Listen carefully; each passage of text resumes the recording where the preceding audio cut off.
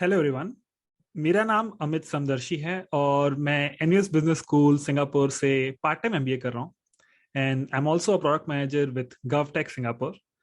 And बहुत लोग मुझसे पूछते हैं कि how do you manage your MBA and also your work life all together. तो मैंने सोचा कि इस पे एक वीडियो बनाना चाहिए, क्योंकि this is a very general question and a lot of people who are considering to do part-time studies or people who are considering to do full-time studies or full-time MBA and are not sure कि जब उनकी internship आएगी तो वो कैसे काम को और एमबीए को मैनेज कर पाएंगे। उन सब के लिए ये वीडियो बहुत ही रिलेवेंट होने वाला है। So please watch it till the end. So let's get started. पहली चीज जो आपको ध्यान में रखनी है कि if you are doing part time studies and also working, then आपको इस चीज को अपने दिमाग में बहुत ज्यादा जाने नहीं देना है। मतलब पर्सनली मेरे साथ ये होता है कि जब मुझे कोई पूछता है कि यार तुम कैसे करते हो मैनेज, तभी मुझे याद आता है कि मैं पढ़ाई भी कर रहा हूँ और काम भी कर रहा हूँ। Otherwise it should be very natural to you. मतलब in every day you just take it one day at a time.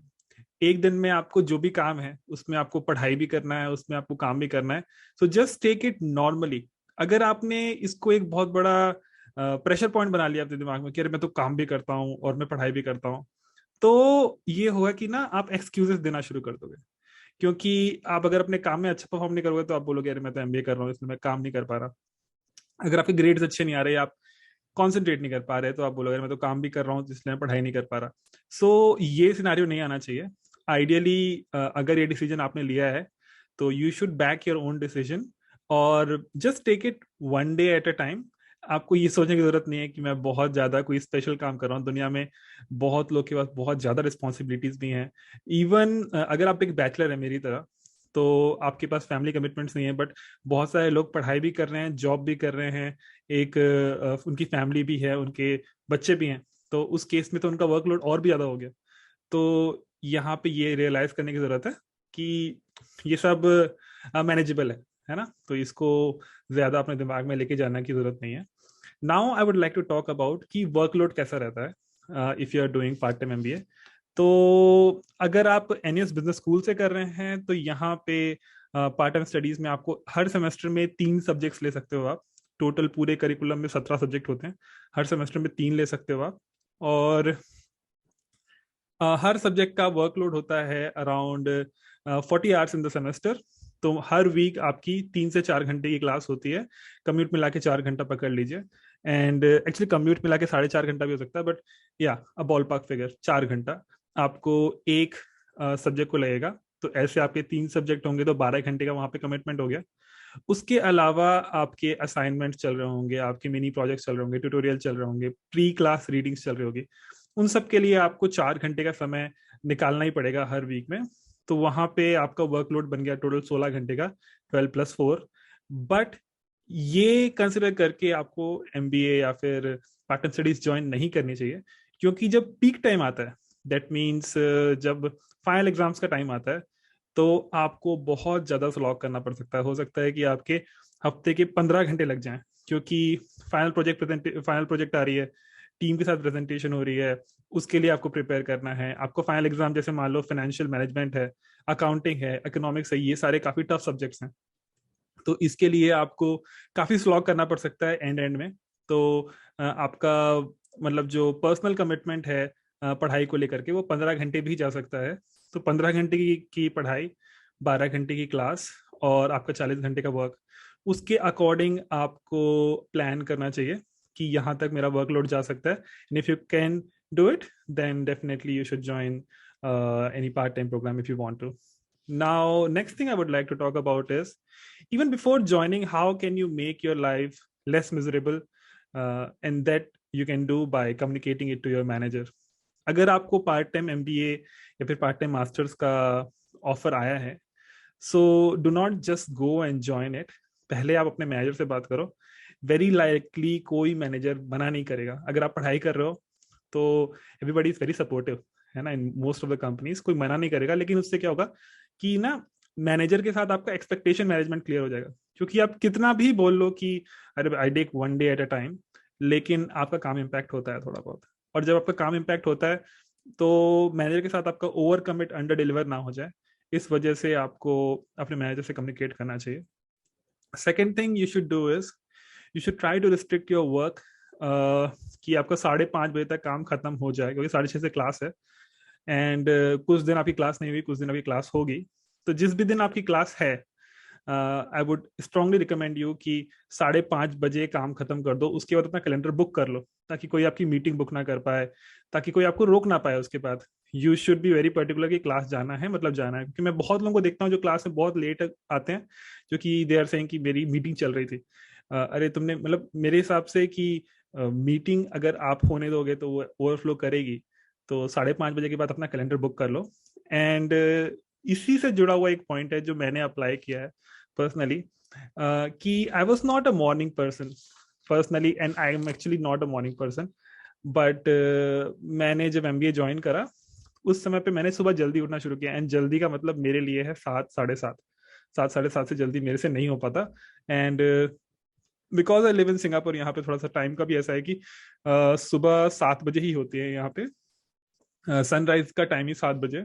तो 7 बजे या 7:30 बजे तक आप उठ जाओ, जल्दी जल्दी अपना काम निपटा लो.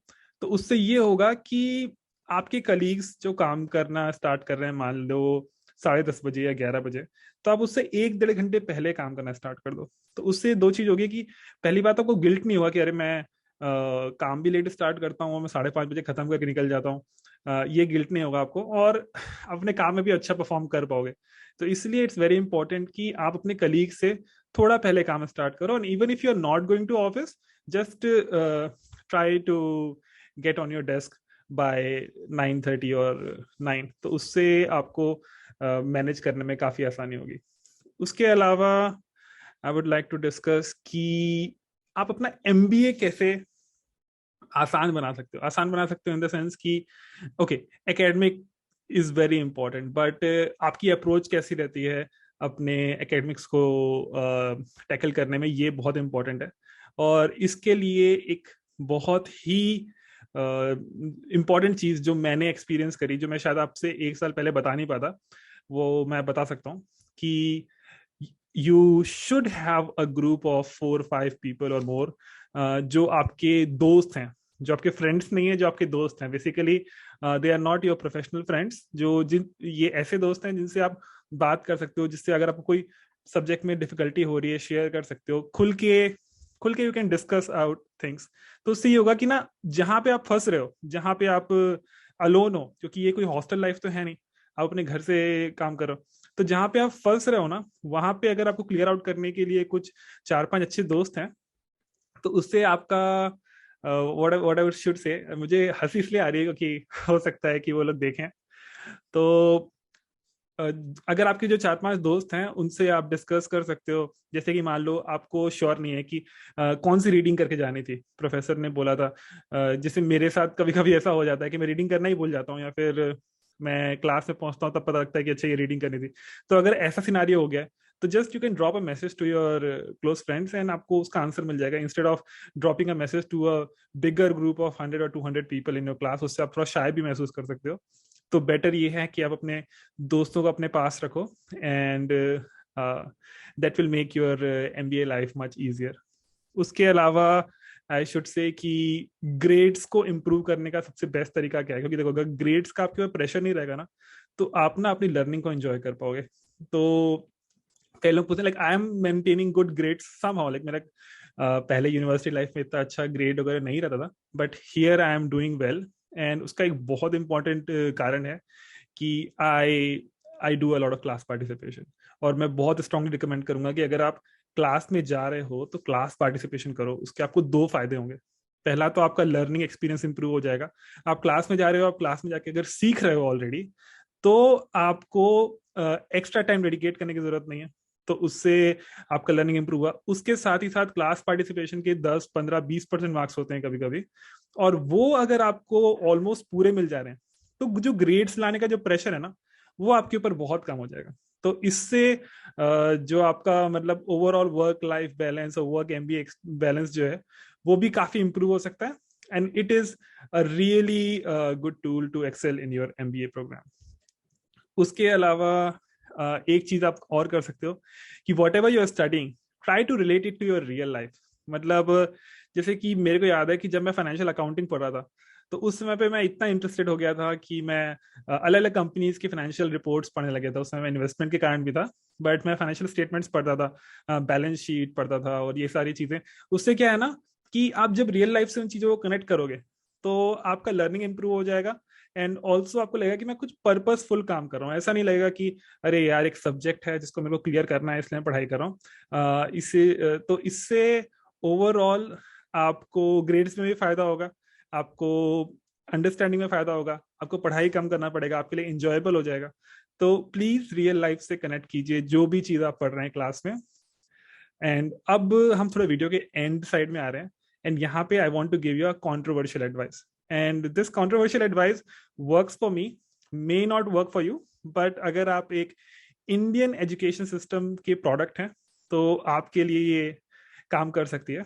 तो वो ये है कि हर दिन या फिर हर समय आप बहुत सारा टाइम डेडिकेट करने के बजाय, if you dedicate lesser hours in your normal week, और जब आपका एग्जाम का टाइम आ रहा है उस समय आप एक आध दो दिन की छुट्टी ले लो ऑफिस से और स्लॉक करो। उस समय पे आपकी जो एफिशिएंसी है, आपकी जो प्रोडक्टिविटी है वो पीक पे होती है, क्योंकि एग्जाम आने वाला है, आग लगी हुई है। तो उस समय पे आप ज्यादा चीजें कम टाइम पे कर पाओगे, और ओवरऑल फिर एग्जाम भी आपका अच्छा हो ही जाएगा, अगर if you are in that state of mind कि आप बहुत सारी चीजें कर पाओ। सिमिलर चीज मैंने अभी रिसेंटली अपने कॉर्पोरेट स्ट्रेटजी की रिपोर्ट पे लगाई थी। तो कॉर्पोरेट स्ट्रेटजी में रिपोर्ट का वेटेज होता है 40 to 50%, मतलब, and it's a very critical report. और उस रिपोर्ट को करने के लिए मेरे को आइडिया था कि मेरे को किस चीज पे करना है, क्या करना है, ओवरऑल आइडिया था। बट मैंने डेडिकेट किया कि मुझे पता था संडे रात 12 बजे अगर मेरी रिपोर्ट सबमिशन है, तो अगर मैं संडे सुबह 7 बजे स्टार्ट करता हूँ, मैं लिखता रहता हूँ, तो आई थिंक कि मैं शाम तक कर सकता हूँ। तो मैं वैसा करता गया, एंड फाइनली रिपोर्ट भी अच्छी हो गई, एंड सब सब मतलब ठीक हो गया। लेकिन इसमें एक प्रॉब्लम ये है कि आपका कंटिजेंसी प्लानिंग होना चाहिए, जो कि क्या पता कि मैं संडे को बीमार पड़ जाता और मेरी रिपोर्ट हो ही नहीं पाती।